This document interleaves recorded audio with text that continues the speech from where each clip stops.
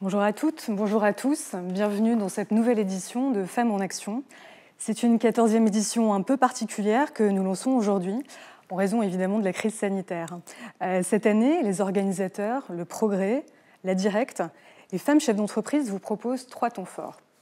Le premier, c'est la table ronde que nous lancerons dans quelques instants.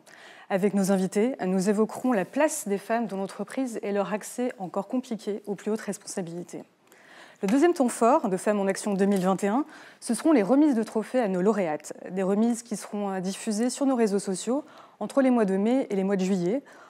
Cette année encore, nous distinguerons 6 femmes d'exception pour leur engagement et pour leur parcours. Enfin, nous nous retrouverons en septembre pour la grande soirée événement de Femmes en Action. Avec la marraine de cette nouvelle édition, nous mettrons à l'honneur et en lumière nos lauréates, des femmes inspirantes, courageuses et audacieuses. Si le format de Femmes en Action change, l'objectif, lui, reste le même.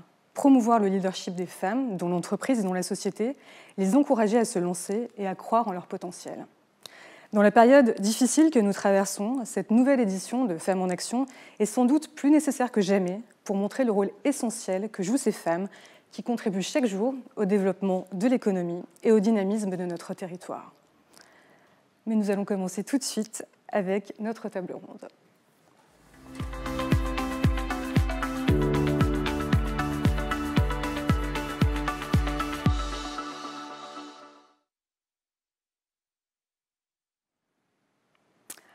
Nous lançons donc Femmes en Action en ce 8 mars, journée internationale du droit des femmes, avec une table ronde sur le thème « La place des femmes dans l'entreprise, l'accès au plus haut niveau, un chemin vers l'égalité ». Alors pour en parler, Patricia Tronel, présidente de l'association Femmes chefs d'entreprise du Rhône. Bonjour. Bonjour. Delphine Gaillet, directrice de la communication événementielle du groupe Progrès. Et Dominique Vendrose, bonjour, directeur régional adjoint de la Directe, la direction régionale des entreprises, de la concurrence, de la consommation, du travail et de l'emploi, responsable de l'unité départementale du Rhône, avec qui nous allons commencer. Alors, Dominique Vendrose, d'abord quelques éléments de contexte. La place des femmes de l'entreprise a progressé ces dernières années. Grâce à quoi? Alors, peut-être, avant de répondre à cette question, peut-être reprendre sur quelques éléments de contexte, notamment la question de d'où on vient, sans remonter au calendrier grec, ce qui a avancé, parce qu'il y a eu des progrès très importants en matière d'égalité entre les femmes et les hommes, et puis faire un constat sur qu'est-ce qui bloque aujourd'hui. Voilà, puisqu'on a eu des progrès, mais depuis quelques années, on assiste plutôt à une stagnation de ces progrès. Donc c'est important de pouvoir relancer la machine. Alors, quelques éléments de chronologie, j'allais dire, pour souligner d'une part l'importance de l'Union européenne dans les questions d'égalité entre les femmes et les hommes. C'est-à-dire que très très tôt, dès les traités instaurant l'Union européenne, la question de l'égalité entre les femmes et les hommes a été posée, et ça a été quand même une action très très forte de l'Union européenne. Si on revient en France, on a eu quelques étapes très importantes, les lois de 72 qui posent le principe travail égal, salaire égal, qui est la base, on va dire, de notre droit aujourd'hui. Les lois Roudy en 83 qui imposaient l'égalité de la rémunération entre les hommes et les femmes. Il faut citer aussi la loi Guérisson de 2001 qui imposait en fait un rapport et une obligation de négocier dans l'entreprise sur ces questions d'égalité. Et puis, je citerai in fine la loi Copé-Zimmermann de 2011 qui imposait en fait une représentation équilibrée dans les conseils d'administration entre les femmes et les hommes. Donc ça, si vous voulez, ce sont des éléments législatifs, réglementaires qui ont aidé, on va dire, à la progression des droits. Maintenant, si vous voulez, quand on regarde les progrès qui ont été faits, ce sont d'abord des progrès qui touchent l'éducation. La formation, puisqu'aujourd'hui, les filles ont un taux de réussite au bac qui est supérieur à celui des garçons, avec 91% versus 87% pour les garçons. Elles sont majoritaires aujourd'hui dans l'enseignement supérieur, et notamment, même dans les grandes écoles, les écoles de commerce, de gestion, on a aujourd'hui 51% de femmes, et on a bien sûr, je dis bien sûr, c'est comme si c'était une évidence, 65% de femmes en médecine et 86% dans les formations médicales et paramédicales. Les filles sont globalement plus diplômées que les garçons. Elles ont 26% à avoir un diplôme de deuxième cycle contre 21% pour les hommes. Donc ça veut dire qu'elles sont aujourd'hui bien armés du point de vue de l'éducation, de la formation, pour des parcours professionnels. On retrouve ça effectivement dans le monde de l'entreprise, puisqu'on a quand même la part des femmes cadres a augmenté fortement entre 1990 et 2011 de 10 points. Et puis, les femmes aussi commencent à occuper des emplois dits masculins. C'est-à-dire qu'on trouve de plus en plus de femmes, par exemple, dans le BTP. On trouve aussi de plus en plus de femmes ingénieurs, 21% versus 9% en 1999. Et puis, dernier point, dans les conseils d'administration, on a aujourd'hui en France 47% de femmes, pardon, 44%, il ne faut pas que j'aie encore des marges de progrès, 44% de femmes dans les conseils d'administration. Donc, si vous voulez, on a quand même un tableau qui est avec des points positifs. Ceci étant dit, il y a encore des points où ça bloque. Hein. Difficultés qui persistent. Alors voilà, les difficultés qui persistent, si vous voulez, ce sont en particulier le fait que, malgré, comme je l'ai dit, les femmes sont plus diplômées que les hommes, en fait, ça ne se retrouve pas au niveau des embauches dans les entreprises. C'est-à-dire que la plupart du temps, les femmes acceptent voilà, des emplois qui sont sous-qualifiés par rapport à leur diplôme. Ce qui n'est pas le cas des garçons. Hein. En règle générale, voilà, elles vont plutôt être dans des types d'emplois qui rémunèrent moins que les emplois dits masculins. Voilà. Donc, ce sont des éléments qui pèsent et qui, au bout du compte, amènent à des écarts de rémunération qui restent importants, puisqu'aujourd'hui, à équivalent temps plein, hein, si on fait abstraction du temps partiel, on a un écart de salaire qui est de l'ordre de 17% entre les femmes et les hommes. Mais si vous rajoutez l'impact du temps partiel, cet écart va aller jusqu'à 40%. Voilà. Donc, elles sont plutôt sur des emplois moins rémunérés, elles ont plutôt moins le choix en termes de débouchés. Et puis, elles restent, même si on a vu qu'elles étaient très présentes dans les conseils d'administration, si on va sur les COMEX, les comités exécutifs, en gros là où se fait la politique de l'entreprise, alors elles sont plus que 1% des femmes dans ces comités exécutifs. Et aujourd'hui, il n'y a qu'une femme qui dirige une entreprise du CAC 40. Ouais. Donc avec un potentiel qui au départ est très fort, on se retrouve in fine aujourd'hui, et malgré les progrès, dans des situations où dans les entreprises, les femmes, j'allais dire, ne sont pas à la place qu'elles pourraient revendiquer. Alors, qu'est-ce qu'on pourrait faire de plus aujourd'hui? Est-ce qu'il faut davantage de lois? Il y a une proposition de loi qui est déposée aujourd'hui, qui vise justement à imposer des quotas à la tête des entreprises, et notamment à réserver 40% des postes au minimum dans les comités exécutifs à des femmes. Voilà, donc si vous voulez, l'arsenal législatif n'est pas terminé. Vous le pointez avec cette proposition de loi qui vise justement à corriger un constat que je pointais précédemment. Ça ne sera pas suffisant, je dirais. Enfin, c'est-à-dire qu'on se rend compte que la situation dans laquelle aujourd'hui se trouvent les femmes dans le milieu professionnel est due à tout un tas de facteurs qui dépassent même le monde professionnel. C'est-à-dire que et c'est nécessaire d'ailleurs de le pointer parce que sinon on arrive au bout, mais il faut agir très très en amont au fil du temps. Le travail est commencé, mais il faut le continuer. Je citais tout à l'heure, c'est toute la question de l'éducation, de la formation. Ça se passe dès l'orientation professionnelle. Aujourd'hui, les femmes restent majoritairement orientées sur des métiers, sur des secteurs, sur des filières qui sont dites féminines. Hein. On va retrouver la communication, la santé, l'aide à la personne. Tout ça étant lié au fait qu'on pense voilà, que les femmes sont plus altruistes, sont plus tournées vers les autres, sont plus dans le soin, sont plus... Voilà. Donc il y a l'orientation dès le départ qui va se faire sur un certain nombre de professions. Et donc on retrouve un emploi des femmes très concentré dans certains secteurs. 40% des femmes sont concentrées sur 20 secteurs professionnels, dont essentiellement le médical, le paramédical, le tertiaire, etc.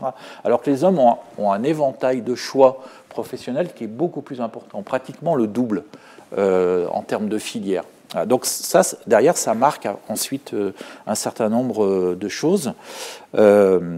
Et puis, j'allais dire, même on retrouve cette différenciation dans les créations d'entreprises, dont on parlera tout à l'heure. C'est-à-dire qu'aujourd'hui, on a à peu près un tiers des femmes qui créent leur entreprise. Non, pas un tiers des femmes. On a un tiers des créations d'entreprises qui sont créées par des femmes. Et cette création d'entreprise se fait essentiellement dans des emplois ou dans des secteurs plutôt typés féminins. La coiffure, la santé, etc., etc. Donc, si vous voulez, tout ça, on le retrouve en fait tout au long, on va dire, de la vie des femmes. Et si on veut avancer, il faut travailler dès l'amont sur ces questions-là. Et puis, bien sûr, il faut corriger ce qui existe aujourd'hui dans les entreprises. Donc là, je voulais juste peut-être faire un point sur un sujet particulier qui est l'index égalité entre les femmes et les hommes, donc qui a été mis en place par une des ordonnances Macron, qui vise en fait à essayer de mettre en visibilité les différentes inégalités qui peuvent résulter dans l'entreprise. Donc l'idée, si vous voulez, c'est d'avoir un index synthétique, voilà, qui est calculé sur 5 indicateurs, qui sont des indicateurs de rémunération, des indicateurs de progression, un indicateur très important qui est pour les femmes qui ont été arrêtées dans le cadre d'un congé maternité, est-ce qu'elles ont eu les mêmes augmentations que ceux qui étaient restés dans l'entreprise, et puis les 10 meilleurs salaires et la place dans les organes de direction. Si vous voulez, tout ça étant pondéré, peu importe, si vous voulez, c'est une cuisine, l'idée c'est d'avoir un chiffre. Et en gros, ce qui est un peu prévu, c'est que si l'entreprise a plus de 75, elle peut dire que, bon, à peu près, elle est en conformité. Si elle a moins de 75, elle a des efforts à faire. Donc, en fait, c'est de passer à une obligation de résultat et de pouvoir agir sur les indicateurs qui sont mis en avant. Alors, et l'idée, c'est de le publier, cet indice-là. C'est une obligation, la publication ? C'est une obligation de publication, c'est-à-dire que, du coup, ça devient un élément de communication pour l'entreprise. Et puis, si son indice est mauvais, c'est une obligation à faire, c'est une obligation de le corriger. Voilà. Donc ça, c'est nouveau, on va dire, dans le droit français, cet aspect-là de montrer, en fait, à la fois ses réussites et ses défauts. Pour vous donner une idée, dans le Rhône, on a à peu près 600 à 700 entreprises qui sont soumises à cet indice. C'est des entreprises de plus de 50 salariés. Et on a à peu près 116 entreprises qui sont inférieures à la liste de 75. Donc, si vous voulez, ça vous montre le chemin qui reste à faire. Par ailleurs, si vous voulez, même une entreprise qui a plus de 75, ça ne veut pas dire qu'elle n'a rien à faire. Parce que si on regarde sur les indicateurs, par exemple, elle peut travailler sur tel ou tel sujet.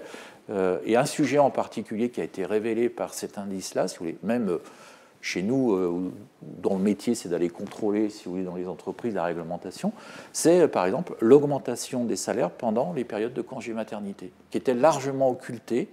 Et la plupart du temps, quand les entreprises n'atteignent pas leur indice, très souvent, c'est lié à cet aspect-là. Vous voyez, donc ça a mis quand même en lumière un certain nombre de choses. Après, si vous voulez, pour aller encore plus loin, ça touche au-delà de l'entreprise. C'est aussi la répartition des rôles au sein des couples. Voilà. Aujourd'hui, les femmes prennent encore majoritairement en charge les problématiques du couple. Et donc, ça a un impact sur le temps partiel, ça a un impact sur la disponibilité. Et ce sont des valeurs qui sont plutôt mises en avant dans les progressions professionnelles. Voilà. Donc, si vous voulez, on reste encore aujourd'hui sur une approche quand même très genrée des choses, et on parle beaucoup du plafond de verre, et c'est un vrai problème, la question du plafond de verre. Mais attention, il y a un plafond de verre, mais il y a aussi un plancher qui colle. C'est-à-dire que globalement, les femmes sont aussi scotchées, on va dire, à tout un ensemble de faits qui les empêche, on va dire, de s'envoler. Merci à vous. Patricia Tronel, vous avez créé avec votre associée Inès Bourri l'agence de communication événementielle La Boîte aux idées. Vous êtes aussi la présidente du réseau Femmes Chefs d'entreprise du Rhône. Qu'est-ce qui freine, selon vous, la progression des femmes dans l'entreprise ? Qu'est-ce qui les empêche aussi de lancer leur propre boîte ? Alors, c'est ce que vous avez dit aussi. Il y a aussi des freins psychologiques inconscients, en fait, des femmes. C'est qu'on s'est rendu compte qu'elles osaient moins créer leur entreprise par rapport aux hommes. Elles osaient moins y aller. Elles ont aussi un problème, c'est la charge mentale domestique, c'est sûr. C'est qu'on s'est rendu compte, surtout en cette période de Covid, quand on a été confinés, que les femmes avaient comme poids, en plus de celles qui avaient leur propre société à diriger, quand les enfants étaient chez eux, c'est elles qui s'occupaient de la gestion de la maison, des enfants, de les faire travailler. Alors, il y a beaucoup de progrès dans des familles, c'est équilibré, mais ce n'est pas encore complètement équilibré. Et ça a été très compliqué, justement, pendant le confinement, pour beaucoup de femmes qui étaient chez elles.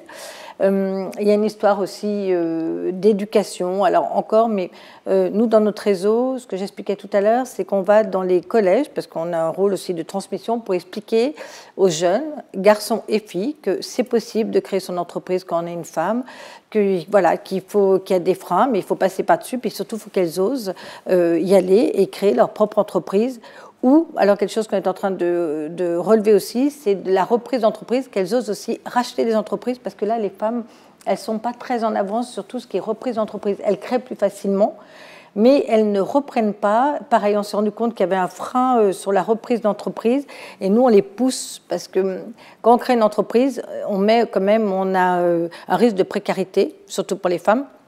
Parce qu'une création d'entreprise, il faut trouver des clients et qu'on ne se paye pas, tandis qu'une reprise d'entreprise qui marchait bien, alors après il y a d'autres freins sur la reprise d'entreprise, mais une reprise d'entreprise qui marche bien, on dit aux femmes, il y a le salaire du dirigeant, donc vous l'aurez tout de suite, vous avez moins de risque de précarité. Alors après, il y a un autre problème qui est le financement, mais ça c'est un autre sujet. Justement, je voulais qu'on l'aborde, parce que là on a parlé des problèmes, des freins personnels, objectifs sociaux. Ouais, il y a aussi des obstacles, des vrais obstacles. Vous me disiez que quand vous avez monté votre boîte en 2003, ça a été compliqué de trouver des financements, vous ne prenez pas au sérieux. Ah oui, alors nous, on a créé notre société en 2003, alors il y a longtemps, c'est très très vieux. On a démarré avec mon associé avec 0 centime, parce qu'on se dit personne ne nous prêtera de l'argent, aucune banque ne voudra de nous dans notre projet. Donc on a commencé un peu à l'envers, on a essayé de présenter notre entreprise qui n'était pas créée vers des futurs clients. Et quand on a 2 clients qui ont dit banco, qui ont dit on va vous faire des chèques d'acompte parce qu'on avait travaillé et tout, on dit oulala, oui, ben, attendez, et je m'en souviens toujours, c'était un 13 août, parce qu'ils voulaient nous payer en disant on part avec vous. On a créé notre société, alors ça faisait 1 an qu'on travaillait dessus, un 13 août, parce que le client voulait signer, voulait nous donner de l'argent. Donc ça s'est très bien passé parce qu'on est arrivé, on a créé notre société, on était ouvrir un compte en banque, on a dit au banquier nous avons 2 chèques qui arrivent, donc il ne nous a rien demandé, on n'a pas fait de prêt, rien du tout. Alors, les choses ont changé aujourd'hui, mais on se rend compte quand même qu'à dossier égal, entre un homme et une femme, quand ils sont là, quand ils présentent leur dossier, les femmes ont 2 fois plus de refus que les hommes. En général, il y a un tiers de financement qui est donné à une femme par rapport aux hommes. Alors maintenant, il n'y a pas que les banques, il y a les fonds de financement, il y a tout ce qui est crowdfunding qui aide, qui ont développé un peu tout ça, qui peut aider. Et on s'est rendu compte aussi d'une chose particulière, c'est qu'il y a moins de femmes dans tout ce qui est création de start-up. Elles ne représentent même pas 30%. Et il y en a pas mal dans tout ce qui est start-up qui s'associent avec un homme, même si ce n'est pas leur choix au départ, parce qu'elles disent avec un homme, lui, il va s'occuper des financements, ça passera beaucoup mieux que nous.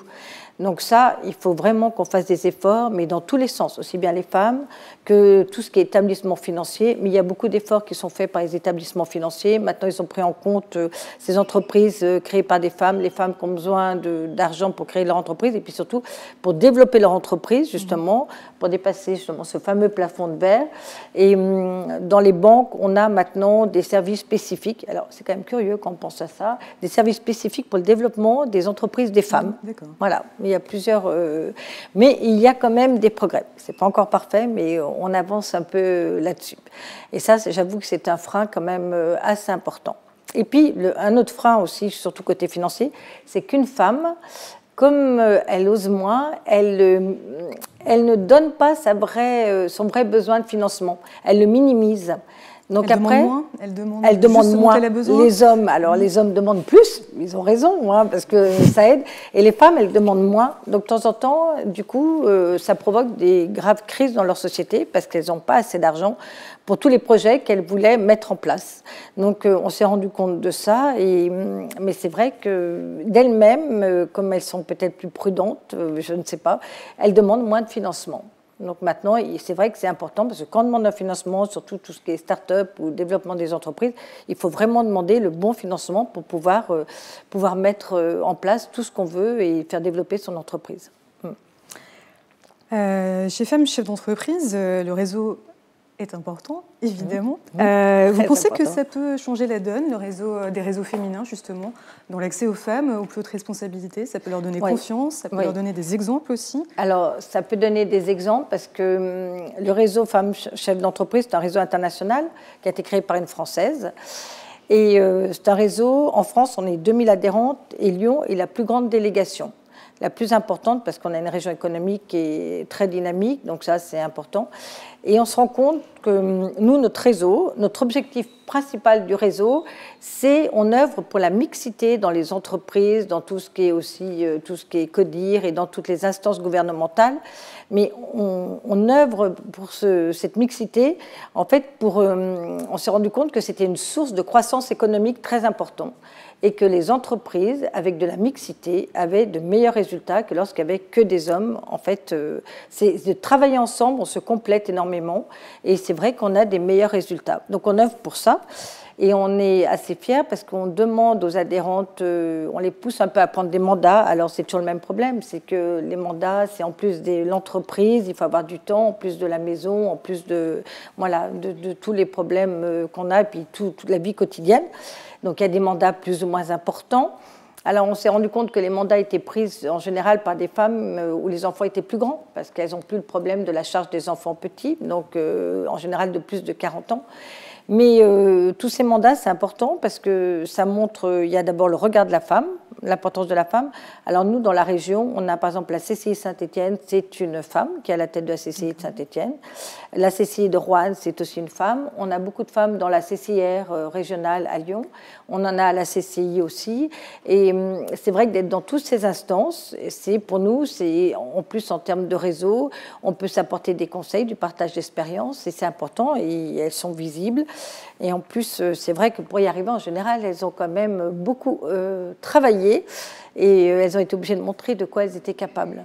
Mais c'est sûr que moi, je pense que c'est comme ça qu'on peut avancer, c'est qu'elles prennent ces places-là, et puis surtout ce qu'on disait aussi dans l'éducation, la formation des plus jeunes, voilà, parce que c'est un problème, comme vous l'avez bien dit, qui vient un peu de tout le monde, aussi bien des femmes que des hommes. Alors, aussi bien, je ne sais pas, après, on ne va pas refaire l'histoire, mais voilà, c'est un problème aussi culturel, donc il faut y aller. Et puis, je trouve que les jeunes générations sont plus audacieuses. Les jeunes femmes, voilà, sont beaucoup plus audacieuses qu'il y a quelques années, quand nous, on a créé notre propre entreprise. Ouais. Donc, plus de visibilité pour les femmes, ça veut dire banaliser en fait leur présence, c'est ça, hein, à toutes les fonctions. De rendre normales les choses, parce que dans les indices et les index qu'on donnait tout à l'heure, on n'a quand même que 3,5% de femmes qui dirigent des entreprises de plus de 1000 salariés. C'est pas grand-chose, hein, c'est rien.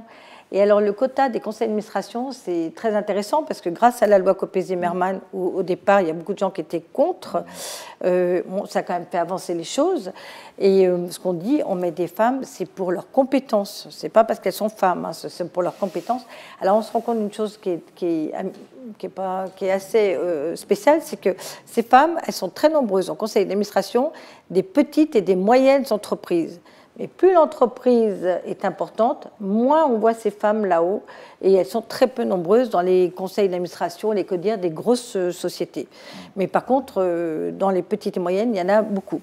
Donc voilà, maintenant, il faudrait qu'elles arrivent à monter un petit peu, ça serait bien, et voilà, casser ce fameux plafond de verre. Alors là, vous avez vu, il y a une tribune dans le journal du dimanche avec quelques grands patrons de groupes qui s'engagent, alors comme Veolia, comme L'Oréal, qui s'engagent effectivement à ce que d'ici 2030, il y ait 30% de femmes aux plus hautes fonctions dans leur groupe. C'est encourageant. Ah oui, c'est encourageant, puis ça serait bien, parce que c'est vrai que grâce à toutes ces rencontres qu'on fait en discutant de ces thématiques, on rencontre des femmes extraordinaires qui ont des parcours incroyables. Et j'avoue, moi, chaque fois, je suis très étonnée de toutes ces rencontres et je découvre des portraits de femmes dont on ne parle pas beaucoup, qui, je me dis, mais c'est dingue, parce que je me dis, est-ce que si c'était un homme, on en parlerait plus ou pas? Et je fais des découvertes, à toutes les semaines, je fais des découvertes de femmes, et je me dis, mais elles sont incroyables dans l'ensemble. Ouais. Merci Patricia. Delphine Gaillet, vous êtes directrice de la communication événementielle groupe Progrès. Vous avez fait toute votre carrière au sein de notre entreprise. J'aimerais que vous nous parliez de votre parcours et de votre progression. Moi, j'ai un parcours, je suis un pur produit Progrès, on va dire. J'ai commencé ma carrière au Progrès avec un stage de fin d'études, à l'issue duquel j'ai été embauchée. J'ai été assistante d'études marketing, puis chef de projet marketing, donc pendant 20 ans. Et puis en 2017-2018, j'ai décidé en fait de prendre une année sabbatique pour partir vivre au Canada pendant 1 an. Et je suis partie au Canada et à mon retour, en fait, j'ai eu des velléités d'évolution. J'ai décidé en fait que je voulais relever de nouveaux challenges, d'évoluer, d'aller vers de nouvelles fonctions. Donc je l'ai clairement dit. Pour la première fois, en fait, j'ai clairement dit que je voulais évoluer. Et des fois, les planètes sont bien alignées parce qu'en fait, il y a eu l'opportunité d'une création de poste de communication au sein du service événementiel du Progrès. Et on me l'a proposé et je l'ai accepté. Et donc, depuis mars 2020, l'année dernière, je suis responsable de la communication événementielle au Progrès sur un périmètre sur 7 départements et je travaille en transverse avec 20 collaborateurs. Ça vous a pris du temps de progresser? Ça m'a pris beaucoup de temps. Je dois reconnaître que j'ai trouvé que ça avait été long, cette évolution, mais c'est un choix aussi personnel. À un moment, pourquoi ça a pris autant de temps? Parce que des fois, ce n'est pas le bon moment, en fait. On en a parlé de la gestion de la famille. Moi, je trouvais que cet équilibre vie professionnelle, vie personnelle était compliqué aussi à mener. Je m'épanouissais pleinement dans mes missions, dans mes fonctions, donc je n'avais pas cette envie d'aller au-delà, en fait. Et c'est vrai que c'était un frein de pouvoir tout organiser. Voilà. Et pourquoi, à un moment, je suis sortie de cette zone un peu figée, parce que je pense que quand on avance dans la vie, on a envie de sortir de notre zone de confort, on a envie de se prouver des choses. Parfois, on a des accidents de parcours dans notre vie personnelle aussi qui font qu'on a besoin de rebondir. Et moi, j'ai eu envie de sortir de ma zone de confort. J'ai envie aussi d'être un modèle. J'ai 2 filles, j'ai envie d'être un modèle aussi, de montrer qu'en tant que femme, je peux réussir aussi, je peux prendre des fonctions. Et c'est vrai que pendant 20 ans, je me suis dit, je ne suis pas légitime, je ne suis pas capable d'évoluer, je ne suis pas capable de faire autre chose. Et en fait, quand ce poste est arrivé, il n'y a eu aucun doute, en fait. Il était fait pour moi. Vous étiez aussi arrivé à un degré d'expertise aussi? Oui, voilà, les compétences, je les ai acquises. Et puis, il faut quand même reconnaître aussi que dans mon environnement professionnel, j'ai eu des gens qui croyaient vraiment en moi. Et on parle de la solidarité féminine. Moi, j'ai été managée pendant 20 ans par une femme qui, effectivement, m'a donné un peu, on va dire, ce modèle, ce chemin. Et c'était plus facile aussi pour moi de me projeter dans ces fonctions qui sont quand même... j'ai passé un grade, une marche assez importante quand même d'un coup. Et c'était plus facile en m'inspirant, en fait, justement, d'une femme qui, pendant 20 ans, m'a amenée à ce niveau de compétence aussi. Quels sont les freins à la progression des femmes? Il y en a plein, des freins. Moi, je dirais qu'il y en a beaucoup. Il y a les freins de la société, les freins extérieurs. On parlait du plafond de verre, ces freins invisibles et qui sont une réalité, en fait. L'éducation, notre environnement, les mentalités. Et puis, moi, je trouve que les freins les plus difficiles sont les freins qu'on se met nous-mêmes en tant que femmes. Le fameux syndrome de l'imposteur, ce n'est pas une légende, c'est une réalité. On ne se sent pas légitime, on ne se sent pas capable, on pense que les autres y arriveront mieux que nous. Et avec un peu de maturité que j'ai maintenant, je me rends compte que c'est dommage parce qu'on se met beaucoup de freins et on s'empêche d'aller de l'avant. Et puis, on en a beaucoup parlé, mais la charge mentale. Ça, moi, je pense que c'est un des freins principaux des femmes. Trouver un équilibre vie professionnelle et vie personnelle qui soit satisfaisant et sans qu'on tombe dans la culpabilité, parce que ça c'est aussi quelque chose de très féminin, de se dire qu'à un moment, on va peut-être sacrifier une partie de notre vie de famille pour des responsabilités professionnelles. Et trouver ce juste équilibre, il est compliqué. Donc, les femmes, c'est vrai qu'il y a toute une période où, je ne veux pas faire une généralité, mais souvent, je pense qu'on a du mal à se projeter dans des responsabilités. Parce que le temps, il n'est pas extensible. Et on est toutes confrontées à ça. Et on est toutes pénalisées aussi par ça. La charge est lourde, parfois. Votre expérience au Canada vous a aussi servi dans votre chemin personnel. Vous pouvez nous en parler un petit peu? Alors, au Canada, j'ai eu la chance... déjà, j'étais indépendante au Canada. J'ai travaillé de manière indépendante. Et j'ai eu la chance de rencontrer pas mal de personnes inspirantes, en fait. Et ce qui était intéressant, c'est que le Canada, moi, ça m'a ouvert vraiment l'esprit parce que la place de la femme, la place même dans l'entreprise en général est complètement différente. On se focalise sur les compétences. Le sexe en soi n'est pas important, même le diplôme n'est pas essentiel, mais c'est les compétences, le savoir-être, le savoir-vivre. Et ça, c'est quelque chose qu'on ne retrouve pas forcément dans notre expérience en France. Et puis, la maternité. On en a parlé. Moi, la maternité au Canada, ce n'est pas un frein, au contraire. Ça montre aussi que les femmes sont... quand on est maman, on vient d'en parler, on assume beaucoup de choses. Ça reste encore une réalité où les femmes portent une grande partie de la vie familiale. Et la maternité n'est pas un frein. Moi, j'ai eu dans mon environnement professionnel au Canada des personnes qui ont eu des postes à responsabilité, à haute responsabilité, qui leur ont été proposés à 8 mois de grossesse. C'est pas courant ici. Moi, j'ai ressenti, en tout cas dans mon parcours professionnel, que la maternité était plutôt ralentissait notre progression. Et le Canada, c'est vrai qu'à ce niveau-là, tout n'est pas parfait, mais ils ont une certaine avance. Et l'équilibre vie professionnelle et vie personnelle est un vrai paramètre dans l'entreprise. Les entreprises, les gens finissent plus tôt parce que la vie familiale est essentielle à l'équilibre. Et je pense que si on veut être bien dans son milieu professionnel, il faut être bien dans sa vie familiale et vice-versa. Est-ce qu'on manage différemment quand on est une femme, selon vous? Alors, il faut éviter de retomber dans les clichés. Moi, je pense qu'une femme est un manager comme un autre, mais on doit quand même reconnaître qu'il y a quand même quelques sensibilités supplémentaires, moi, je pense. Déjà, le côté multitâche des femmes. Justement, on en parle du côté de la charge mentale. Donc, oui, on est très doués pour faire beaucoup de choses en même temps et penser à beaucoup de choses. Et dans le management, je pense qu'il y a quand même une sensibilité. Une sensibilité avec les équipes, une écoute un peu particulière. On ressent les choses aussi. On est peut-être plus prudente aussi. Ça peut être utile dans certaines situations. Des fois, c'est peut-être un frein, mais c'est aussi utile dans les situations de crise. Donc, oui, je pense qu'il y a un management féminin. Merci Delphine. Alors maintenant, je vous m'adresse à tous les trois. On a quand même l'impression que la jeune génération de femmes cadres ou de femmes chefs d'entreprise, que cette nouvelle génération, elle ose davantage. Elle est plus fonceuse, elle a moins peur, elle investit des secteurs qui sont réputés masculins. Est-ce que c'est aussi votre sentiment, Patricia Tronel? Oui, oui. Vous le constatez? Je trouve plus fonceuses, les jeunes sont plus fonceuses. Les start-up, je trouve qu'il y a une évolution du chiffre des femmes qui créent des start-up. Ce n'est pas encore fabuleux, mais il y en a pas mal. Ce qui manque, les femmes, il n'y en a pas beaucoup dans tout ce qui est aussi tech, nouvelles technologies. Il y en a quelques-unes, mais là, il y a encore du travail à faire et elles peuvent y aller. Mais elles ont moins de freins, je pense. Alors, je ne sais pas, mais je trouve que j'ai l'impression qu'elles ont moins de freins aussi sur leur vie familiale, les plus jeunes. On les voit, elles sont là, elles ont des enfants petits, mais elles y vont à fond. Alors, je pense aussi tout ce qui est... Il y a une évolution des gardes d'enfants, ça a changé depuis quelques années quand même. Maintenant, les choses changent un petit peu. Mais je les trouve... nous, on a des jeunes femmes qui sont épatantes, qui reprennent des entreprises ou qui créent des entreprises. Et elles vont dans des secteurs... Alors, il y a des secteurs, l'industrie, il y a des femmes qui reprennent des entreprises dans l'industrie.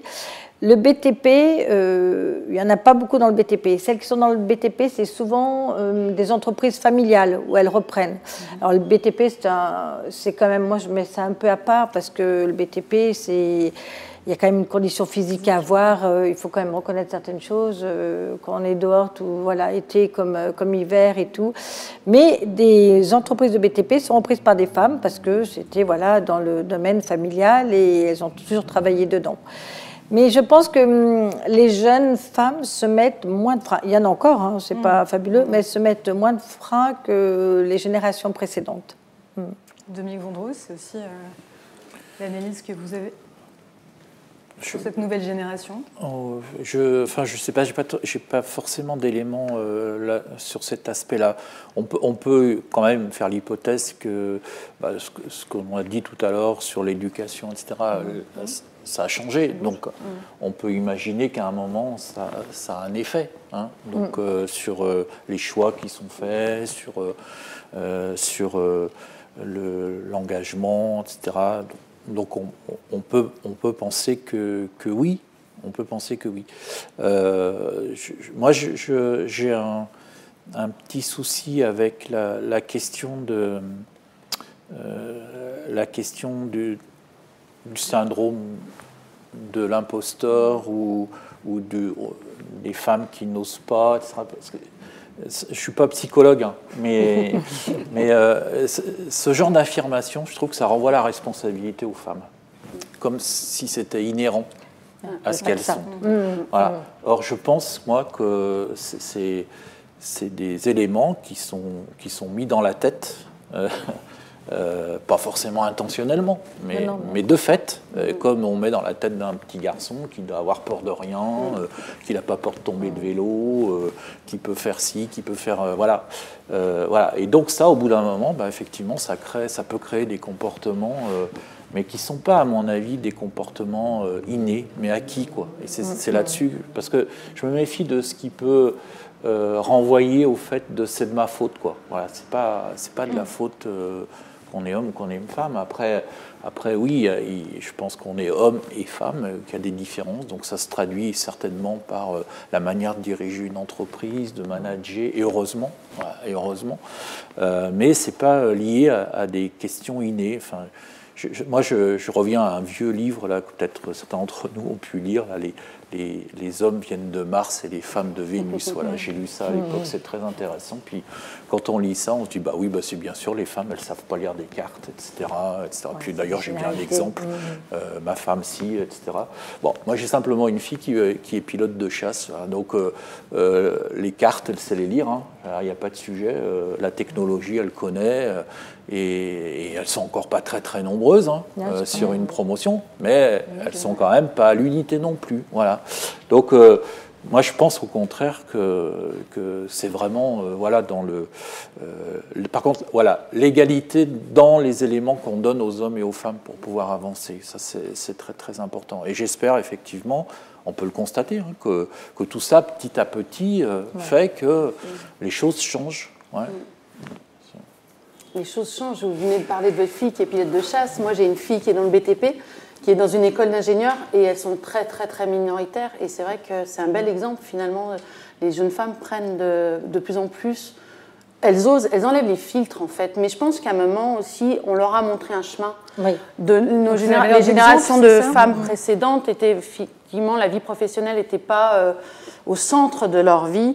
Nous, on donne une autre voie et les filles, les jeunes filles, elles se disent, on peut tout tenter. Elles ont aussi une envie d'indépendance, une envie de se réaliser. Et on parlait de la maternité, c'est vrai qu'elles enlèvent tous les filtres. Et c'est vrai que moi, je trouve ça extrêmement encourageant. Et en plus, dans les entreprises, beaucoup de chefs d'entreprise reconnaissent qu'avoir une femme, il y a aussi ce côté, des fois, organisation. Et d'avoir un management mixte féminin et masculin, c'est très complémentaire, Patricia l'expliquait tout à l'heure. Et dans le BTP, pour avoir échangé avec des responsables d'entreprises de BTP, ils disaient avoir des femmes sur des gros chantiers, il y a une différence en termes organisationnels quand même.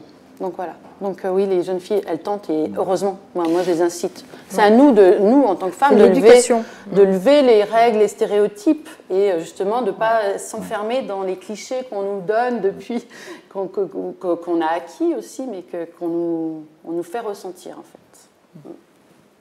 L'éducation, la transmission, c'est très important. Ouais. Voilà, il faut aller parler, mais aux filles comme aux garçons, les deux en fait. Il faut, dans les deux cas.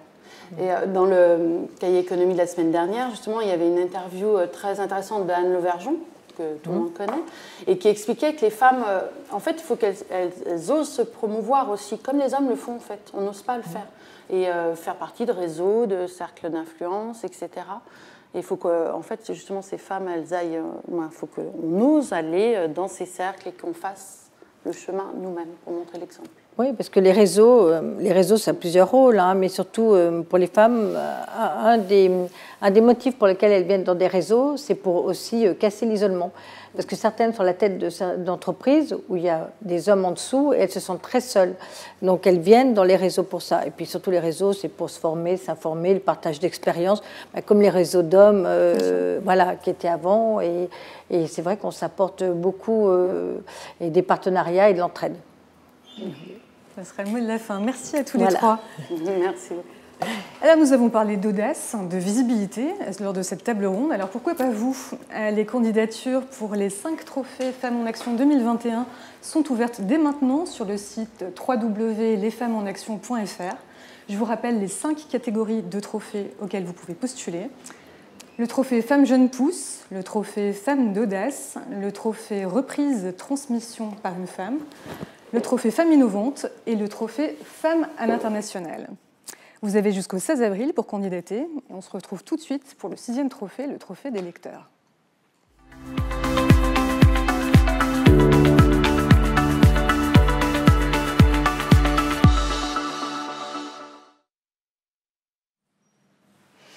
Le 6e trophée, donc, c'est celui des lecteurs du Progrès, notre journal. Femmes chefs d'entreprise et la Directe, les co-organisateurs de Femmes en Action, ont retenu 5 candidates, 5 femmes chefs d'entreprise du Rhône, connues et réputées pour leur mérite, leur dévouement et leur engagement au service de l'entreprise. À partir du mois d'avril, les internautes et les lecteurs du Progrès sont invités à voter pour l'une de ces candidates sur le site du journal www.leprogrès.fr. La candidate qui aura recueilli le plus de suffrages se verra remettre, lors de notre grande soirée de septembre, le trophée des lecteurs.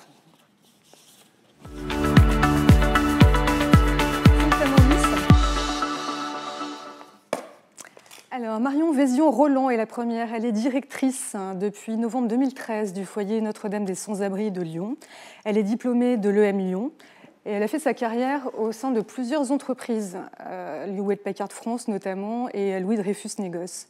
Entre 2007 et 2010, elle a travaillé au Comité catholique contre la faim et pour le développement.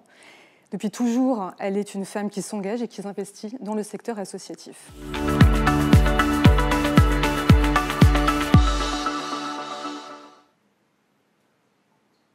Hélène Lorenzi-Ardouin est directrice générale adjointe du groupe LBA, le premier fabricant français de produits de services périmétriques, de sécurité périmétrique.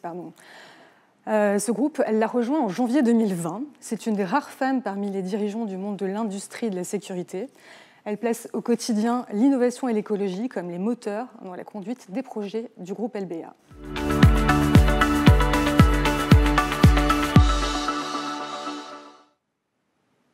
Sarah Da Silva Gomez est la fondatrice de l'entreprise Constant et Zoé. Après un parcours à l'ESDES Lyon Business School et une première expérience professionnelle, Sarah Da Silva Gomez a créé en janvier 2015 Constant et Zoé pour faciliter le quotidien des personnes handicapées et de leurs aidants avec des vêtements faciles à enfiler, jolis et modernes. C'est une idée qui a été inspirée par son frère Constant. Elle a fait un passage très remarqué lors de l'émission « Qui veut être mon associé » sur M6. Forte de son dynamisme et de son enthousiasme, sa société est aujourd'hui en pleine expansion.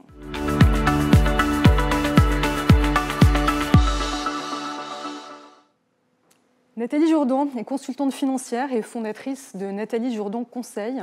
Après plus de 15 ans d'expérience dans la banque, elle est depuis 2015 experte dans l'accompagnement des projets des professions libérales et des chefs d'entreprise dans toutes les étapes de leur vie patrimoniale privée et professionnelle, en conseil, recherche de financement et stratégie.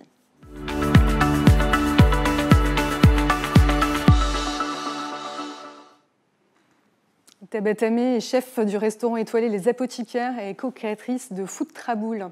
Elle a commencé des études de médecine au Brésil avant de se décider de se réorienter dans la cuisine.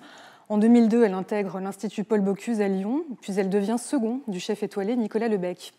En 2013, Paul Bocuse lui-même lui confie les rênes de Marguerite Restaurant. C'est là qu'elle rencontre Ludovic, son mari. Ensemble, ils ouvrent en 2016 le restaurant Les Apothicaires, dans le 6e arrondissement de Lyon. En 2020, ils décrochent une étoile de guide Michelin. Et la même année, ils créent un nouveau lieu de restauration convivial, collaboratif et accessible, le Food Traboul à la Tour Rose. Vous pouvez dès maintenant départager ces 5 candidates et voter à partir du mois d'avril sur le site du progrès.fr. Je vous rappelle également que les candidatures pour les 5 autres trophées de Femmes en Action 2020 sont désormais ouvertes sur le site www.lesfemmesenaction.fr. Et avant de se retrouver pour la grande soirée de remise des prix en septembre, suivez-nous sur les réseaux sociaux et sur le site Les Femmes en Action. Un grand merci encore à mes invités. Merci. Dominique Gondros, Patricia Tronel, Delphine Gaillet et aux co-organisateurs de Femmes en Action 2021, Le Progrès, La Directe et Femmes chefs d'entreprise du Rhône. À très bientôt.